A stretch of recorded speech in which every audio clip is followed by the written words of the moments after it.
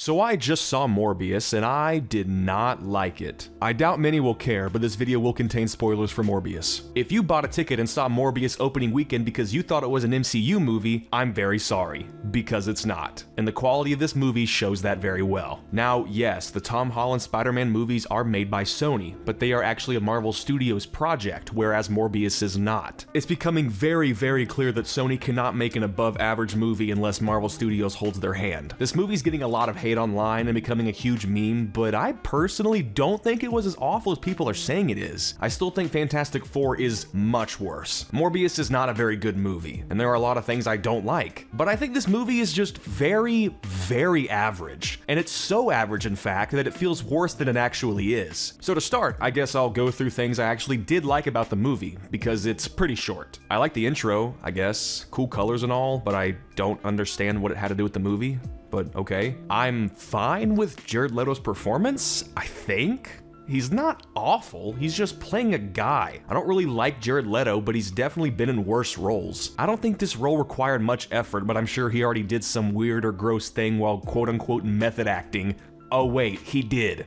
I saw people saying that Matt Smith and Jared Leto should have swapped roles, but I don't really see why people were saying that. I mean, I like Matt Smith, and I guess he's fine in this role, but none of these performances can save this asinine script. I want to like some of these action sequences. The way in which Morbius's powers are displayed is cool in concept, and I want to like it, but this leads into stuff that I didn't like. So with that, I think the CGI looked pretty goofy most of the time. Yeah, the editing and camera work for the action scenes was like ass. The movie is just so uninspiring. It's just painfully mediocre. And I think a reason for that is because this movie borrows concepts from other mediocre shit. Morbius has a childhood friend who has the same disease as him, and Morbius cures himself, but doesn't want to give his friend the cure because he thinks it's dangerous. Kinda sounds familiar. Dude gets superpowers from a lab incident. Kinda sounds familiar. This movie is just very predictable. Everything that you think will happen, happens. Again, it's just very mediocre. And this script is just bizarre. There's a sequence where some goons walk into the same restaurant Morbius is sitting down in, and they hand the cashier a counterfeit $100 bill, and she declines it, and they ask her something, and then hand her more money, and then they just leave. I thought they were asking the lady to like seat them next to Morbius, and the scene never indicated why they gave the lady counterfeit money and kept giving it to her, and then left without taking anything. This only happens so Morbius can follow them to their lab, beat their leader up, and then take their lab because he won't be allowed back in his actual lab. None of these characters have any chemistry. Morbius and his love interest, whose name I don't remember, have no chemistry at all. Morbius and Milo are the only ones who have any chemistry at all, and that's only if you think they're queer-coded. Speaking of Milo, I still don't understand why they called him Milo, because that's not even his real fucking name. When he arrives at the place for treatment as a kid, Morbius calls him Milo and he's like,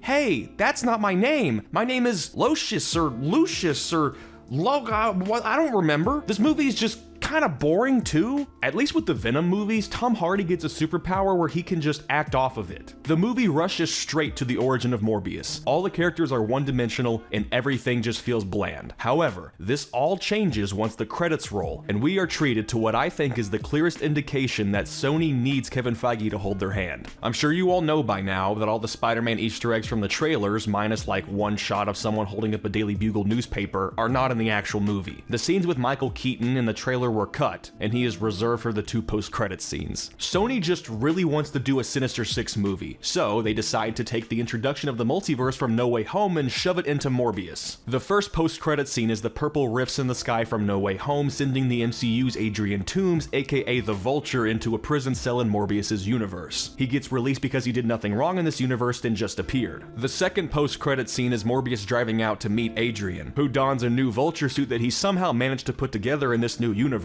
because, again, he did not arrive in this universe with his suit. So the Vulture doesn't know why he's in this universe, because neither do the writers of this movie. And then the Vulture just says it probably has something to do with Spider-Man. Then he says, hey, I'm gonna put together a team. Guys like us, we should team up. And Morbius is like, huh, sounds intriguing.